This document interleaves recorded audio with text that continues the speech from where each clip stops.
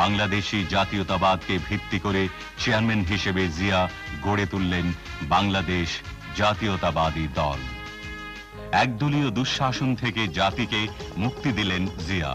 ৭৯ সালের ১৮ ফেব্রুয়ারি জাতীয় সংসদের বহুদলীয় নির্বাচনে জিয়ার নেতৃত্বাধীন বিএনপি লাভ করে নিরঙ্কুশ সংখ্যাগরিষ্ঠতা।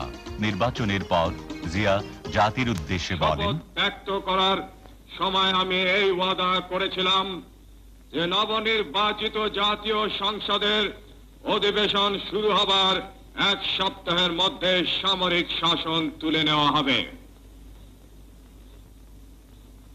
সেই অনুযায়ী আগামী ৯ এপ্রিলের মধ্যে তা কার্যকর হবার কথা। আমি এখন আনন্দের সঙ্গে ঘোষণা করছি যে এই